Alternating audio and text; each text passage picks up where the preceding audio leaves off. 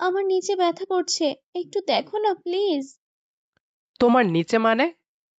আমার নিচে মানে আমার নিচে। এই দেখো না সোনা, প্রচন্ড ব্যথা করছে, সহ্য করতে পারছি না। কি জন্য ব্যথা করছে? ডক্টর ডাকবো? আরে আমি কি জানি কেন ব্যথা করছে? তুমি জানো, কি করছো না করছো আল্লাহ জানে। এখন সেই কারণে ব্যথা করছে। আমি আবার কি করলাম? কিছু হইলেই সব দোষ আমার হয়ে যায়। এখন ওয়েট করো, তুমি ডক্টরকে কল করছি। তানভীর পকেট থেকে ফোনটা বের করতেই নীলা ছো মেরে তানভীরের থেকে ফোনটা কেড়ে নিল। তানভীর একটু অবাক হয়ে নীলাকে উদ্দেশ্য করে বলল, এটা কি হলো? তুমি ফোনটা নিয়ে নিলে কেন? এখন ডক্টরকে কল না করলে ব্যথা কমবে কিভাবে? আরে ডক্টরকে ডাকতে যাচ্ছে কেন? আমার কি কোনো লজ্জা নেই ডাক্তারের সামনে? ছি ছি ছি, কি একটা বাজে কথা। আল্লাহ! আরে তুমি কি সব বলছো? ডক্টরকে দেখাতে সমস্যা কি? এটা তো মহিলা ডক্টর, তাই না? উনি চিকিৎসা না করলে তুমি ঠিক হবে কি করে? তুমি আছো না, তুমি ঠিক করে দাও। আমি কি ডক্টর নাকি যে আমি ঠিক করে দিতে পারবো? হ্যাঁ, যে কষ্ট দিয়েছে তার দায়িত্ব কষ্টটা লাঘব করা।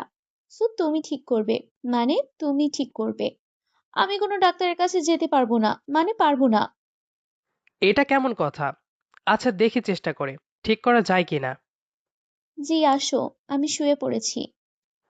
নীলা কথাটা শেষ করতেই বিছানায় গা এলিয়ে শুয়ে পড়ল। তানভীর নীলার দিকে অবাক দৃষ্টিতে তাকিয়ে আছে। আসলে তানভীর মনে মনে এটা আঁচ করতে পারছে, নীলার আসলে কোনো ব্যথা নেই। সে শুধু শুধু এমন বায়না করছে। তবে কিছু করার নেই, কারণ এটা তার মনের ভাবনা। এটা মিথ্যাও হতে পারে।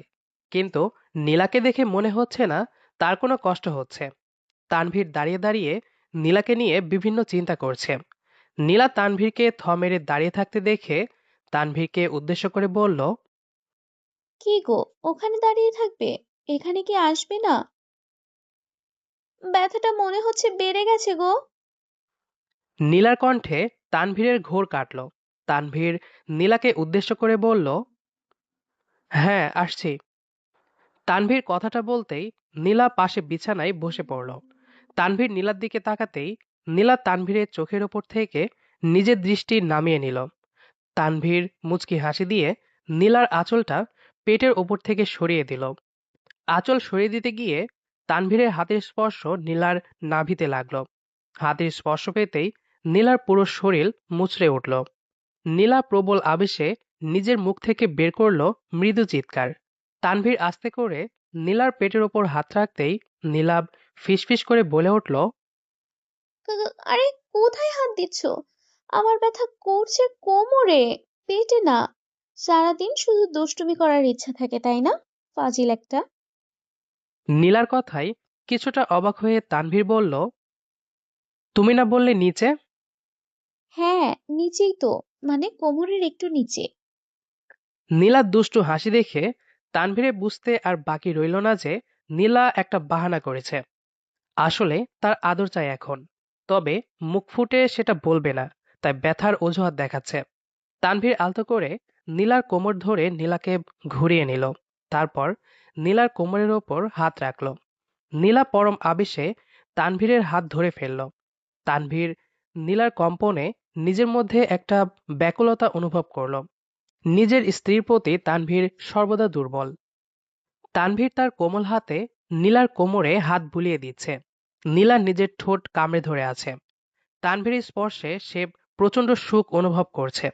কিছু সময় তানভীর নীলার কোমরে হাত বুলিয়ে দিয়ে হঠাৎ করে নীলার কোমরে হাত বুলিয়ে দেওয়া অফ করে দিল। তানভীর থেমে যেতেই নীলা বেশ অবাক হয়ে বলে উঠল, কি গো, থামলে কেন? ভালোই তো লাগছে, হাত বুলিয়ে দাও।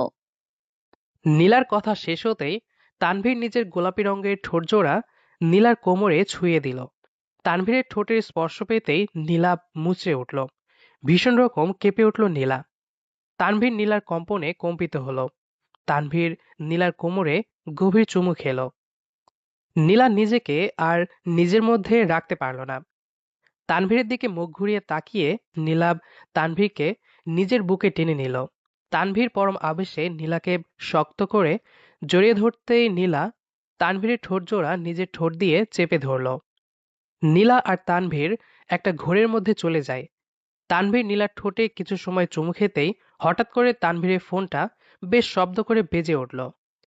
তানভীরের বিন্দুমাত্র কলের দিকে ভ্রূক্ষেপ নেই, কিন্তু ফোনটা একের পর এক বেজেই চলেছে। তানভীর আর নীলা দুজনেই বেশ বিরক্ত হলো। তানভীর নীলার ঠোঁটকে ছেড়ে দিতে বাধ্য হলো, কারণ নীলা তানভীরের ঠোঁট থেকে নিজের ঠোঁট জোড়া আলগা করে নিয়েছে। তানভীর নীলার দিকে প্রশ্নসূচক দৃষ্টিপাত করতেই নীলা মৃদু কণ্ঠে বলল, তোমার কল এসেছে তানভীর? হুম। তানভীর নীলার পাশ থেকে ফোনটা হাতে নিতেই ফোনের স্ক্রিনে দেখতে পেল আলিশা কল করেছে। আলিশা হলো তানভীরের ফুফাতো বোন। এই আলিশাকে নীলা একটু সহ্য করতে পারে না। তানভীর নীলার দিকে তাকিয়ে মুচকি হেসে বলল, 1 মিনিট, আমি আসছি। তানভীর কথাটা শেষ করতেই বিছানা থেকে উঠে পড়ল। ফোনটা নিয়ে তানভীর চলে গেল ব্যালকনির দিকে। নীলা তানভীরের দিকে প্রশ্নসূচক দৃষ্টিতে তাকিয়ে আছে। নীলা ভাবছে, কে কল করেছে যার জন্য তানভীরকে বারান্দায় যাওয়ার প্রয়োজন পড়ল। কথাটা ভাবাচ্ছে নীলাকে। ব্যালকনিতে গিয়ে তানভীর কলটা পিক করলো। কলটা পিক করতে ওপাশ থেকে আলিশা বলে উঠল, ওই, এতক্ষণ লাগে কলটা ধরতে? কি করছিলে এতক্ষণ? না, ও একটু কাজে ছিলাম। বল, কি হয়েছে?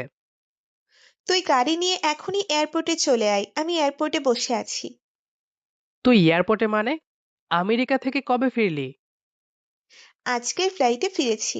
ভাবলাম তোদের সারপ্রাইজ দিব, তাই আগে থেকে কিছু জানাইনি। এখন বল, কেমন লাগলো সারপ্রাইজটা? ধুর, তুইও না। আচ্ছা, 10 মিনিট ওয়েট কর, আমি আসছি। না, 20 মিনিট ওয়েট করেছি। আস্তে ধীরে আয়। আলিশা হঠাৎ করে আবার কেন এলো? বিধাতা জানে আবার কি ঝামেলা আমার জন্য অপেক্ষা করছে। আনমনে কথাটা বলল তানভীর। তানভীর ফোনটা রেখে পিছনের দিকে ফিরে তাকাতেই চমকে যায়। তানভীর পিছনে ফিরে দেখতে পেল নীলা দাঁড়িয়ে আছে তার পেছনে। নীলার চোখে চিন্তা ও বিরক্তিকর ছাপ স্পষ্ট। তানভীর নীলাকে উদ্দেশ্য করে একটু কাপা গলায় বলল, এখানে দাঁড়িয়ে আছো যে, কিছু কি বলবে? কেন? আমার এখানে দাঁড়িয়ে থাকতে কি কোনো সমস্যা, নাকি এখানে দাঁড়িয়ে থাকাটা আমার জন্য বারণ? ওহ নীলা, কামন, এমন করে কথা বলছো কেন মেরি জান? তোমার যেখানে ইচ্ছা সেখানে থাকলে তো আমার সমস্যা, শোনা। তোমার জায়গা আমার বুকে, তুমি শুধু এই বুকে থাকবে। তানভীর কথাটা বলতে বলতে নীলার কাঁধের ওপর নিজের 2 হাত রাখল।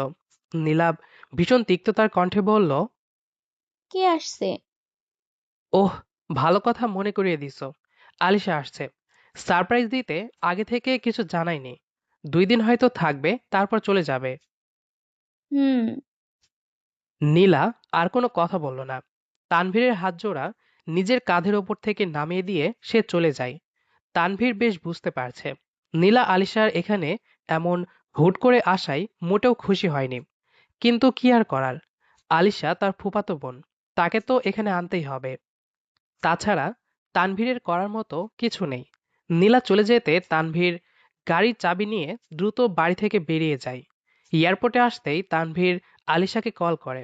কিছু সময় কলটা রিং হবার পরে হঠাৎ করে তানভীরকে ভীষণ অবাক করে দিয়ে একটি শর্ট স্কার্ট পরা মেয়ে তানভীরের দিকে দৌড়ে ছুটে আসতে লাগলো। তানভীর ভালো করে লক্ষ্য করে বুঝতে পারল এটা আলিশা। এই কয়েক বছরে সামান্য পরিবর্তন হয়েছে, তবে তাকে চেনা যাবে না এমন কিছু নয়। আলিশা তানভীরের দিকে দৌড়ে ছুটে এসে তানভীরকে শক্ত করে জাপটে জড়িয়ে ধরে। তানভীর আলিশার এমন অদ্ভুত ব্যবহারে একটু বিব্রত হলো। আলিশা তানভীরকে জড়িয়ে ধরে বলতে লাগলো, ওহ মাই সুইট কিউট বয়টা, এত হ্যান্ডসাম হতে কে বলেছে তোমায়? সে দূর থেকেই আমার দৃষ্টি তোমার উপর পড়ে যায়। আহ, কি রূপ! এই রূপের তেজ সেই আমেরিকা থেকে আমায় টেনে হিচড়ে নিয়ে এসেছে। আলিশার কথা শুনে তানভীর থ মেরে যায়। এসব কি বলছে আলিশা? মাথা ঠিক আছে তোর? থ মেরে দাঁড়িয়ে কথাটা ভাবল তানভীর। অতঃপর তানভীর আলিশাকে নিজের থেকে আলতো করে ছাড়ে নিয়ে একটু গম্ভীর গলায় বলল, এসব কি কথা আলিশা? তোকে না বারণ করেছি এসব কথা বলবি না? আমি তুই দুজন জানি এটা ফান, তবে তোর ভাবি দেখলে তো অন্য কিছু মনে করতো। নেক্সট টাইম এমন করিস না। আরে ধুর, মজাটাকে সত্যি করে যে ভীষণ ইচ্ছে ছিল আমার, কিন্তু কপাল। ভাবি তো তোর জীবনে অনেক পরে আসছে, কিন্তু তানভীর, আমি তোর জীবনে ভাবির অনেক আগে এসেছি। তোর উপর আমার অধিকার সব থেকে বেশি। আলিশা তানভীরের দিকে তীক্ষ্ণ দৃষ্টিতে তাকিয়ে আছে। তানভীরও আলিশার দিকে এক দৃষ্টিতে তাকিয়ে আছে। কেউ কোনো শব্দ করছে না। মনে হচ্ছে দুজন নীরব হয়ে গেছে। কোনো একটা বাঁধন তাদের আটকে দিয়েছে। কিন্তু তানভীর সেই নীরবতাটাকে বেশিক্ষণ স্থায়ী হতে দিল না। বেশ শব্দ করে তানভীর হেসে ফেলল। তানভীরের ঠোঁটের কোণে হাসির রেখা দেখে আলিশাও খিলখিল করে হেসে দিল। মজার ছলে আরো বহু বছর আগে আলিশা তানভীরকে ভালোবাসি বলে, কিন্তু তানভীর সেটাকে মজা হিসেবে নিয়ে আলিশার সত্যিকারের ভালোবাসাকে প্রত্যাখ্যান করে নীলাকে ভালোবেসে বিয়ে করলো। সেই দিন আলিশা প্রচন্ড কষ্ট পায়। এমনকি বিয়ের পর আলিশা সরাসরি নীলাকে বলে দিল সে তানভীরকে ভালোবাসে। কিন্তু তখন আর করার মতো কিছু ছিল না। নীলা এসব কথা শোনার পর থেকে আলিশাকে সহ্য করতে পারে না। নীলার জায়গায় যে কেউ থাকলে হয়তো এমনটাই করত। কারণ একজন নারী সবটা সহ্য করতে পারলেও নিজের স্বামীর ভাগ কখনো কাউকে দিতে পারে না। তানভীর আলিশাকে নিয়ে সোজা এয়ারপোর্ট থেকে বাড়ি চলে আসে। বাড়ি আসতেই আলিশা নীলাকে দেখতে পেয়ে নীলাকে জড়িয়ে ধরল। নীলা একটু অবাক হয়ে যায়, কারণ সে আলিশাকে দেখতে পায়নি। আলিশা নীলাকে পেছন থেকে জড়িয়ে ধরে বলতে লাগলো, ভাবি কেমন আছো? আমার সুইট বরটাকে ভালোবাসা দিতে কি কোনো কিপটিমি করছো? বলো বলো। নীলা কিছুটা বিরক্ত বোধ করে আলিশার হাতটা নিজের শরীর থেকে সরিয়ে দিয়ে ঠোঁটের কোণে মিথ্যে হাসি আনার চেষ্টা করলো। আরে আলিশা, তুমি কখন এলে? আগে বলবে না? এমন সারপ্রাইজ কেউ দেয়? সারপ্রাইজ দেওয়াটাই তো আমার কাজ। এখন একটু চা করে নিয়ে এসে তো ভাবি। আমি তোমার বরকে একটু নিয়ে গেলাম, কেমন? আলিশা কথাটা শেষ করতেই তানভীরের হাত ধরে তানভীরকে টানতে টানতে নিয়ে যেতে লাগলো নিজের সঙ্গে করে। নীলা একদৃষ্টিতে তাকিয়ে আছে আলিশা আর তানভীরের দিকে। বুকটা মনে হচ্ছে ছিঁড়ে গেছে তার। নিজের কলিজাটা মনে হচ্ছে আলিশা নিয়ে যাচ্ছে।